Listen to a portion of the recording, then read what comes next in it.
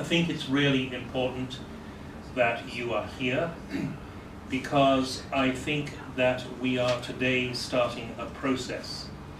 It's a process which is particularly important for all of you who are young people, who are starting your careers, finishing your educations, starting your careers. I hope that this process of talking with our government will continue for all of you and for all of us through our lives. And for our perspective, the UN Habitat, and I know UNAC, and I know another partner of this program is UN Women, is that we really want to see youth perspective, and we would like to really encourage the Canadian government to see as young people not just as recipients of aid. So I live in Nairobi, Kenya. The country I'm in and the continent that we exist in is probably about 70% youth.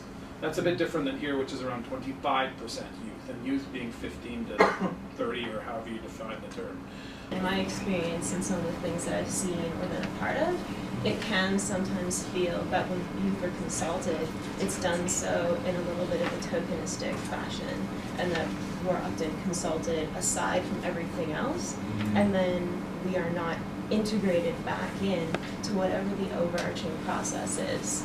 And I think it would be fabulous with this new government if in whatever comes out of this international assistance review, if there are councils set up, if there are different kind of advisory bodies that come out of this, and I hope there will be, it would be fabulous to see in something like that if there were youth seats, or if there was a specific opportunity that allowed for youth to be part of a conversation like this on an ongoing basis that one recognizes that they are youth, but two recognizes that youth need to be fully integrated into the processes moving forward. I feel like it would almost be a more powerful statement to say that we want equal opportunities for all, kind of in a way that is aware of the particular concerns of people marginalized by these things. I think engaging youth in ways that work for them is also really important, and thinking about the barriers that might face some of the youth. So I know that we're kind of focusing on cities, but something that's really pertinent to our organization is like, we are BC's Queer Resource Centre, but obviously only people who live in Vancouver and the Lower Mainland can access our physical space. So we're always thinking about ways that we can reach out to those people in northern BC and in the interior.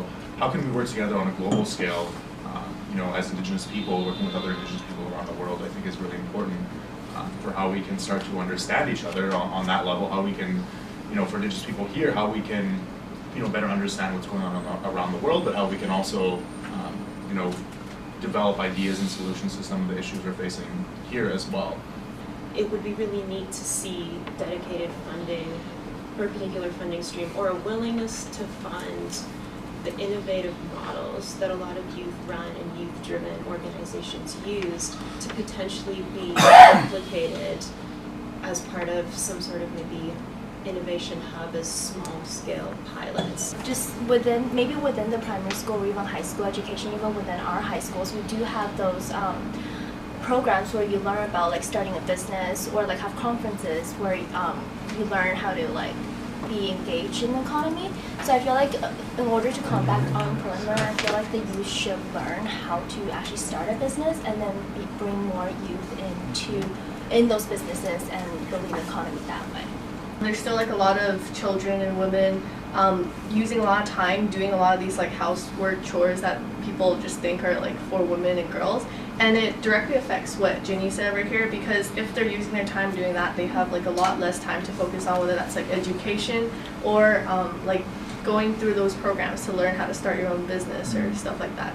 Sometimes international NGO work is completely unsustainable. Like if you go and be like, oh, I'm going to build a well, and then you never come back, like that's not a sustainable way of doing development. So I think, should Canada be supporting that? Yes, but also supporting conversations around what does that look like, supporting cooperation and collaboration with local communities, supporting training around how to continue those works so that it's sustainable, not like a one-off like field trip where you never go back.